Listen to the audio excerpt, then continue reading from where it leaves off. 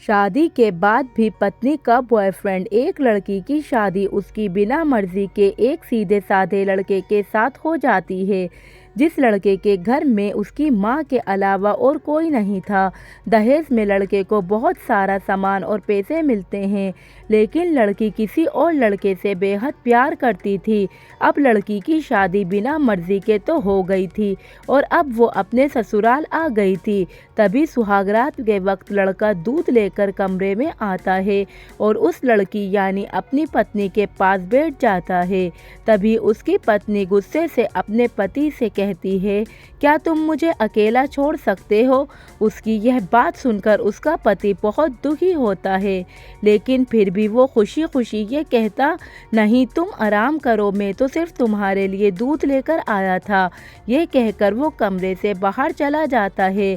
लड़की मन मार कर ही रह जाती है, क्योंकि लड़की चाहती थी कि उसने झगड़ा क्यों नहीं किया, ताकि वो उस गवार से तलाक ले सके। उस लड़की को ससुराल में 3-4 दिन हो गए थे, मगर वो तो बस पूरा दिन फ़ोन पर बॉयफ्रेंड से बात करती थी और उधर लड़के की माँ बिना शिकायत करे दिन भर घर का सारा काम करती थी, सबके लिए खाना भी खुद ही बनाती। फिर भी उसकी माँ के चेहरे पर हर वक्त मुस्कुराहट ही रहती थी। लड़का एक कंपनी में छोटी सी नौकरी करता था। वह बेहद ही ईमानदार और मेहनती था। सुबह अपने काम पर जाता और शाम को थका हारा घर आता, मगर उसकी पत्नी उसे एक गिलास पानी भी नहीं पूछती। अब लड़के और लड़की की शादी को करीब 1 महीना हो गया था, मगर अब तक वो दोनों एक साथ कभी नहीं सोए। वैसे लड़का बहुत ही शांत स्वभाव का था, इसलिए वे अपनी पत्नी को कुछ भी नहीं कहता था। फिर भी वह अपनी पत्नी को खुद ही खाना डालकर देता था, मगर उसकी पत्नी उसके साथ बैठकर खाना कभी भी नहीं खाती। वह अपना खाना अपने कमरे में अलग बैठकर खाती थी। लड़की को दहेज में एक स्कूटी भी मिली थी। लड़का जैसे ही अपने काम पर निकल जाता, उसके आधे घंटे के बाद ही लड़की भी अपनी स्कूटी लेकर अपने बॉयफ्रेंड से मिलने चली जाती थी और लड़के के आने से पहले ही वो अपने ससुराल वापस आ जाती थी। एक दिन लड़के के काम की छुट्टी थी और वह घर पर ही था, तो लड़की ने अच्छे भले खाने को भी गंदा कह के अपनी सासू माँ को उल्टा सीधा कहकर खाने को बाहर फेंक दे दिया। ये सब देखकर लड़के को बहुत ही गुस्सा आता है और वह गुस्से गुस्से में अपनी पत्नी पर हाथ उठा देता है, मगर उसकी माँ फिर भी अपने बेटे को ही डांटती है। इधर लड़की को झगड़े का एक बहाना ही चाहिए था, जो कि उसे मिल गया था। तभी वो बिना बोले अपनी स्कूटी लेकर अपने बॉयफ्रेंड के पास चली जाती है और अपने बॉयफ्रेंड के पास जाकर कहती है कि अब एक पल भी मुझे उस घर पर नहीं रहना। आज उस गवार ने मुझ पर हाथ उठाकर अच्छा नहीं किया। तभी उसका बॉयफ्रेंड कहता है, तुमसे तो मैं कब से कहता हूँ कि तुम भाग चलो मेरे साथ कहीं दूर, मगर तुम हो कि आजकल पे ही लगी रहती हो। तब लड़की कहती है कि शादी के दिन मैं तुम्हारे पास आई थी तो तुमने ही तो वापस घर लौटाया था। तब मुझे बॉयफ्रेंड ने कहा, खाली हाथ हम दोनों कहाँ तक भागेंगे, तुम ही बोलो। मैंने तुमसे कहा था कि कुछ पैसे और गहने साथ ले लो, और तुम हो कि खाली हाथ ही मेरे पास आ गई। आखिर दूर एक नई जगह में ज़िंदगी की शुरुआत करने के लिए पैसे तो चाहिए ना। और हाँ, एक बात और कि जब भी मैं तुम्हारे पास आता हूँ और तुम्हें छूना चाहता हूँ, तभी तुम्हारे नखरे हो जाते हैं और बस यही कहती रहती हो कि ये प्यार प्रेम शादी के बाद होगा। तभी लड़की गुस्सा होकर कहती है, हाँ शादी के बाद ही अच्छा होता है ये सब, और मैं तुम्हारी ही तो हूँ। आज भी मैं एक कुंवारी लड़की हूँ और शादी करके भी आज तक उस गंवार के साथ एक भी रात भी नहीं सोई मैं, क्योंकि मैंने तुमसे ही सच्चा प्यार किया है। और अब मैं चाहती हूँ कि तुम मुझसे शादी करके मेरी मांग में अपने हाथ से सिंदूर भर दो, फिर मैं पूरी ही तुम्हारी हो जाऊंगी और फिर तुम मुझे अपनी दिन रात प्यार कर सकते हो। तब उसका बॉयफ्रेंड कहता है, तो ठीक है, मैं तुमसे शादी कर लूँगा, मगर तुम कम से कम 5 लाख रुपयों का कल शाम तक इंतज़ाम कर लेना। मैं तुम्हें एक होटल का पता दे रहा हूँ, तुम उस होटल में रात को 10 बजे तक पहुंच जाना। लड़की कहती, उस गवार के पास कहाँ होगा पैसा, बल्कि मेरे पापा ने उसे दहेज में 3 लाख रुपए और मुझे कुछ सोने के गहने दिए थे। गहने तो मेरे पास हैं, मगर सारे पैसे उस गवार ने अलमारी में लॉक कर रखे हैं। मगर मैं जैसे तैसे उस अलमारी की चाबी लेकर सारे पैसे निकाल कर तुम्हारे पास हमेशा हमेशा के लिए आ जाऊंगी। ये कहकर वो लड़की अपने ससुराल पहुंचती है। लड़की ससुराल पहुंचकर अपने पति और सास से लड़ाई करती है और वो उन पर खूब चिल्लाती है, मगर अफसोस वे अकेली ही चिल्लाती रहती है। उसका पति और उसकी सास बिल्कुल शांत रहते हैं। तभी लड़की अपने कमरे में चली जाती है और अचानक उसके बॉयफ्रेंड का फ़ोन पर मैसेज आता है कि कब आ रही हो पैसे लेकर। लड़की मैसेज का जवाब देती है, सब्र करो, मैं वक्त पर आ जाऊंगी। तभी उसका पति दरवाज़ा खटखटाता है और अपनी पत्नी से कहता है कि खाना खा लो। तभी पत्नी कहती है, मैं खाना तभी खाऊंगी, पहले मुझे इस अलमारी की चाबी दे दो। पति दरवाजे के नीचे से चाबी देकर कहता है, ये लो चाबी, अब तुम अपना काम करके खाना खा लेना, क्योंकि अभी तक मैंने और माँ ने भी खाना नहीं खाया। माँ ने कहा है आज हम साथ बैठकर ही खाना खाएंगे। लड़की कहती है, माँ और तुम खाना खा लो, मैं बाहर से खाना खाकर आई हूँ। ये सुनकर लड़का चला जाता है। तभी लड़की जल्दी से चाबी को उठाकर अलमारी खोलती है। अलमारी खोलकर वो उसमें क्या देखती है कि उसमें दहेज के पूरे पैसे 3 लाख और सारे गहने तो रखे ही थे, बल्कि उसमें एक डायरी भी रखी हुई थी।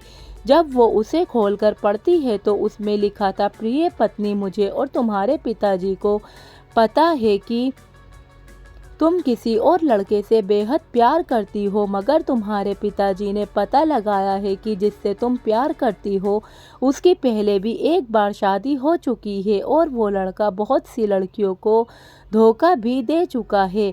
पर आपके पिताजी आपको उस लड़के के बारे में कुछ भी ना बता सके, क्योंकि उन्हें पता था कि ये जो इश्क का नाश है वे हमेशा अपनों को गैर और गैरों को अपना बना देता है। इसलिए तुम्हारे पिताजी ने मेरे आगे हाथ जोड़कर ये कहा कि मेरी बेटी का हमेशा ख्याल रखना। एक बाप के मुंह से एक बेटी की कहानी सुनकर मेरी भी आंखों से आंसू आ गए और मुझे ये यकीन हो गया था कि एक अच्छा पति होने का सम्मान मुझे मिले या ना मिले, मगर एक दामाद होने की इज्जत में हमेशा पा सकता हूँ। और मुझे दहेज में मिले सारे पैसे और सोने के गहने मैंने तुम्हारी अलमारी में रख दिए हैं, क्योंकि दहेज के नाम से मुझे नफरत हो चुकी थी। इस दहेज के ही कारण मैंने अपनी बहन और पिता को खोया था, और मेरे पिता के अंतिम शब्द भी यही थे कि किसी बेटी के बाप से कभी 1 रुपया भी दहेज ना लेना। और उस डायरी में यह भी लिखा था कि तुम मुझसे आज़ाद हो और तुम कहीं भी जा सकती हो। डायरी के बीच पन्नों में तलाक के पेपर रखे हैं, जहां मैंने पहले ही अपने साइन कर दिए हैं। जब तुम्हें लगे कि अब इस गंवार के साथ नहीं रहना, तब तुम भी इस तलाक के पेपर पर साइन करके अपने सारे पैसे और जेवर लेकर जा सकती हो। लड़की डायरी पढ़कर हैरान थी और परेशान भी थी। ना चाहते हुए भी उसके गंवार पति के शब्दों ने उसके दिल को छू लिया था। अब वो ना चाहते हुए भी गंवार पति के अनदेखे प्यार को वो महसूस करने लगी। वह फूट फूट कर रोने लगी।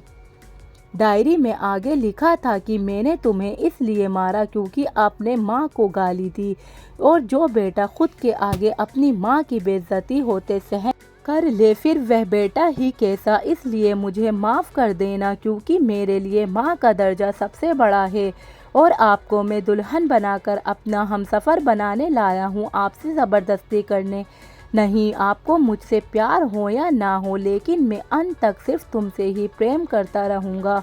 अब फैसला तुम्हारे ही हाथों में है। अब लड़की दुल्हन बन चुकी थी और उसकी आंखों से आंसू बह रहे थे।